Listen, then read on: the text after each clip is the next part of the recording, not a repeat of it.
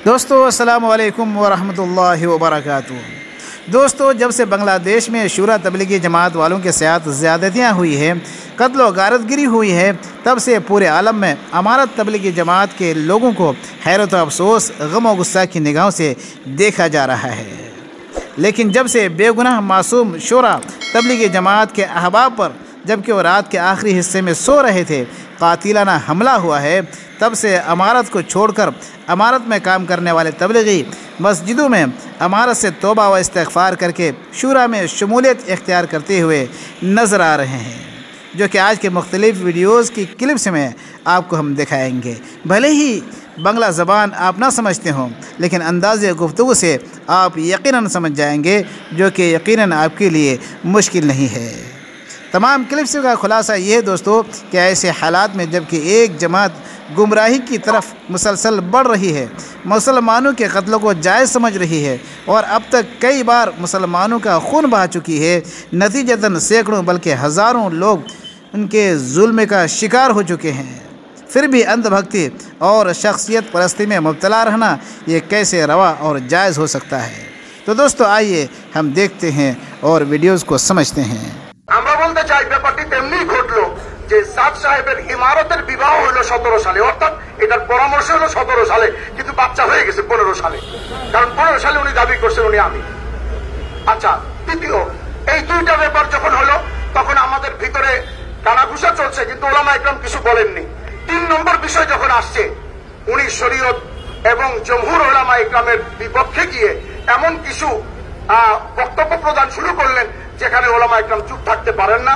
যার বক্তব্যের 1টা 2টা 3টা 5টা 10টা 15টা 20টা 40টা 50টা 60 70 80টা নয়, শতাধিক বক্তব্য এ পর্যন্ত হয়ে গেছে। সর্বশেষ লাস্ট রিলিজ করছেন ডিসেম্বর মাসে এই যখন হামলা চলে, তখন তিনি ভারতের একটা স্থানে কথা বলেছেন যে একমাত্র তবলিগের মধ্যে খরচ করা ছাড়া অন্য কোথাও খরচ করা সুন্নতের খেলাফ। আমাদের কিন্তু পুরা নজরদারি থাকো আপনার প্রতি, ইনশাআল্লাহ এটা বুঝছেন। এখন আপনি কি করতে চাইতেছেন আর কি, আপনি কি করছেন, মানে কি করতেছিলেন আর কি করতে চাইতেছেন এখন সেটা বলেন। আপনি ছিলেন কোথায়, এখন কি করতে চান? আমি ছিলাম ওই নিজামউদ্দিন মার্কাজের ইমাম সাহেব। সেটা স্পষ্ট ভাবে বলেন। থেকে মানে অব্যাহতি দিয়ে মানে ওটা ছাড়া দিয়ে আর কি আমি এখানে আমি আমার ওই আলেম ওলামাদের সাথে কাজ করবো। এটা কি আপনার স্বেচ্ছায় করলেন নাকি কারো প্রবর্তনা, কারো প্রেসারে করলেন? এটা শুধু আল্লাহর জন্য যেন হয়, একমাত্র আল্লাহর জন্য। হ্যাঁ, এটা তো কারো মানে প্রেসারে বা কারো আমাকে এদিক থেকেও কেউ প্রেসার দেয় নাই, ওদিক থেকেও কেউ প্রেসার দেয় নাই। এটা আপনার স্বেচ্ছা, ইনশাআল্লাহ আল্লাহর জন্য আমি এখানে। হ্যাঁ, এটা এখানে আমাদের উপস্থিত সবাই আছেন, এখানে ওলামা ইকরাম আছেন, আমাদের মার্কাজি ইমাম সাহেব আছেন, আমাদের নায়েবে মুহাতামিম সাহেব আছেন। তো তাদের সম্মুখে তারা আরো এখানে ওস্তাদরা আছেন। তো আমাদের তাদের সম্মুখে সবাই সে তওবা করলো যে আজকে থেকে সে আর কোনো এতাতের সাথে কোনো সম্পর্ক থাকবে না, তাদের সাথে কোনো কার্যক্রম সে পরিচালনা করবে না। এটাই অদাবদ্ধ হলো ইনশাআল্লাহ। ঠিক আছে ইনশাআল্লাহ। এখন আর কিছু বলার আছে? আচ্ছা জি, আপনার নিজেই বলেন যে আমি আপনার জন্য ওখানে ছিলাম। যে আমি ওইখানে 1 বছর 7 মাসের মতো ছিলাম। এখন হ্যাঁ মার্কাজ ইমামতি করছি। এখন আমি ওইখান থেকে স্বইচ্ছাই একমাত্র রেজায়ে মাওলার জন্য আমি এখানে আমার আলেম ওলামাদের সাথে আমি। ঠিকানাটা বলেন। এই এটা কোন জায়গায়? শিবচর পৌরসভা মাদারীপুর জেলা। আমি এখন মানে আমার মানে আল্লাহ যদি চায় তাহলে আমি ছোটখাটো যে কোনো একটা ব্যবসা করে আমি এখানে থাকবো আর কি ইনশাআল্লাহ। আর এই আলমে সুরার সাথে যতটুকু পারি সময় পারি ইনশাআল্লাহ মেহনত করবো। আমিন। আল্লাহ তাআলা কবুল করুন। সন্ত্রাসীরা টঙ্গীতে সন্ত্রাসী কর্মকাণ্ড করেও সেই ক্ষেত্রে তারা দোষটা ওলামা গ্রুপ যেটা আছে, তাবলীগের মূল দল যেটা ওলামাদের দল, সেই ওলামাদের দলের উপরে তারা দোষ চাপাচ্ছে। এই দোষ চাপানোর পিছনে আমি আপনাদের কাছে কয়েকটা কথা তাদের দোষগুলো তুলে ধরি। সেটা হলো এর পিছনে নাকি তারা দাবি করতেছে হেফাজতের নেতাকর্মীদের হাত আছে, এরকম দাবি করতেছে, মাদ্রাসার ছাত্র শিক্ষকদের হাত আছে, এরকম দাবি করতেছে। আবার আল্লামা মামুনুল হক সাহেবের বিপক্ষে তারা দাবি করতেছে। 2018 সালে কিন্তু তারা এরকমটা হামলা করছিল, তখন কিন্তু তারা মামুনুল হক সাহেবকে দোষারোপ করে নাই, তখন করছিল আল্লামা আহমদ শফি সাহেবকে। 2018 সালের আগে কিন্তু তারা দোষারোপ করছিল মাওলানা জুবায়ের সাহেবকে। এখন তারা দোষারোপ করতেছে মাওলানা মামুনুল হক সাহেবকে। আসলে তাদের মাথাটা খারাপ হয়ে গেছে যে তারা কাকে দোষারোপ করবে, তারা নিজেরাই ঠিক কুল পাইতেছে না। প্রকৃত অপরাধী তো না, প্রকৃত অপরাধী হলে তো তাকেই বলতো যে না ওই অপরাধী, কিন্তু নিজেদের দোষ ঢাকার জন্য আরেকজনকে দোষারোপ করতে গিয়ে যে কতজনকে অপরাধী বানায় ফেলে, যেটা বিগত জালেম সরকার করছিল। সে জালেম সরকারের দোষর কিন্তু তারা, তাদের মধ্যে অনেক বড় বড়, তাদের মুরব্বীদের মধ্যে অনেক বড় বড় মুরব্বীরা আছে যারা জালেম সরকারের বিভিন্ন পদধারী নেতা ছিল। জালেম সরকারের সে অভ্যাস ছিল নিজে অপরাধ করে সে দোষটা আরেকজনের উপরে চাপাইতো। তো সে কার উপরে চাপাইতে, একক কাউকে না, কয়েকজনের উপরে চাপাইতো, একবার এক একজনের উপরে চাপাইতো। সেই অভ্যাসটা কিন্তু তাদের এখনও রয়ে গেছে। জালেম সরকারের সাথে থাকতে থাকতে জালেম সরকার সেই অভ্যাসটা তাদের পায়ে বসছে, যার জন্য সেই অপরাধ নিজেরা অপরাধ করে সেই নিজেদের অপরাধগুলো আরেকজনের উপরে চাপায়। আপনি দেখেন টঙ্গীতে যারা আহত বা নিহত হয়েছে তাদের কয়জন মাদ্রাসার ছাত্র আছে বা কয়জন আলেম আছে? বরঞ্চ যারা আলেমদের পক্ষে তাবলীগ করে তাদের যারা আহত নিহত হয়েছে সবাই আলেমদের পক্ষে তাবলীগের লোক, আর তাদের উপরে তারা সেই জালটা মিলাইতেছে। কিলিগে তোরা আমাদেরকে থুয়ে আলেমদের কাছে গেলি, এই জালটা তারা তাদের উপরে উঠাইতেছে, সুরটা তাদের উপরে উঠাইতেছে।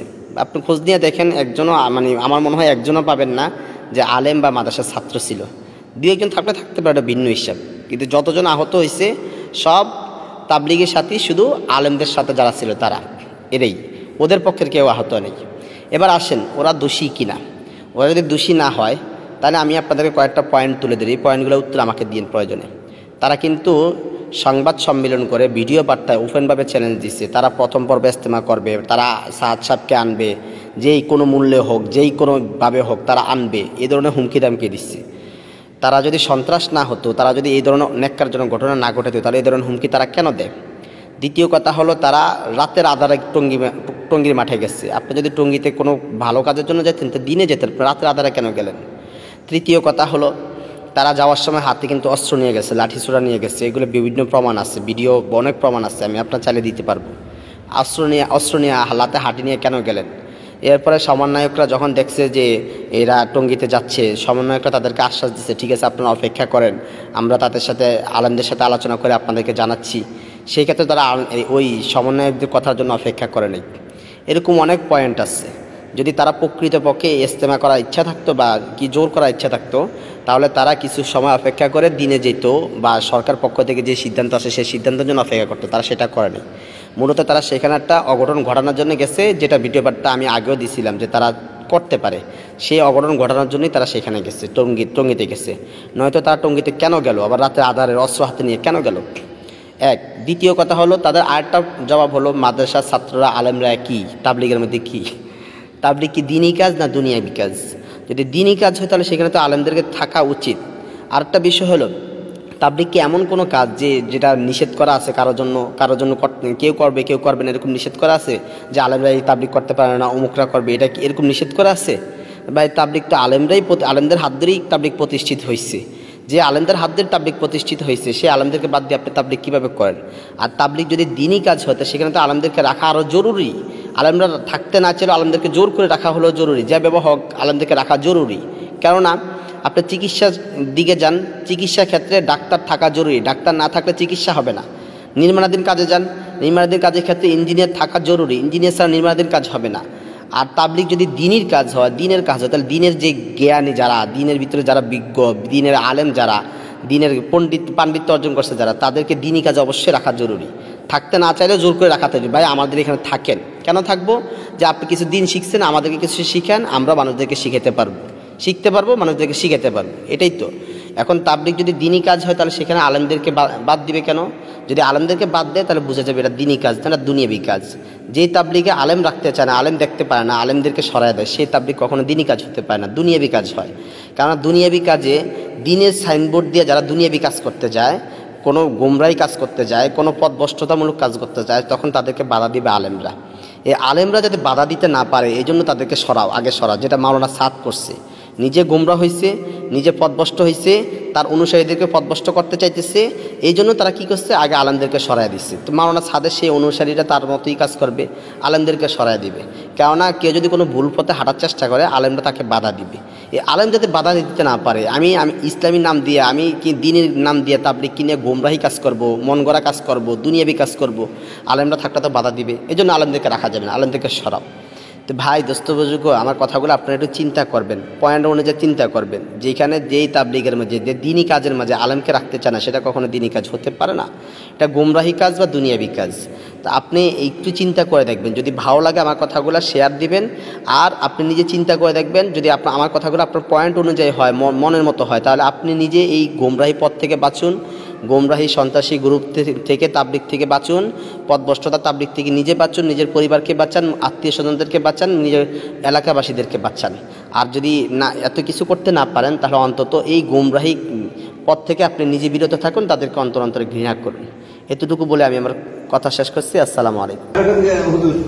আমার এই নিয়ত প্রতি সোমবারে গাছ তো হয়, প্রতি সোমবারে গাছ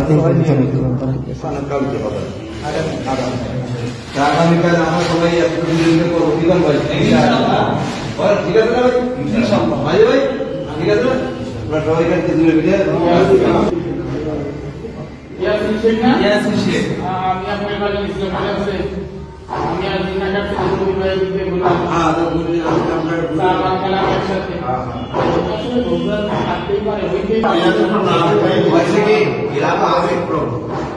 ইসলামটাকে ভালোবাসে, ধোকা দিয়ে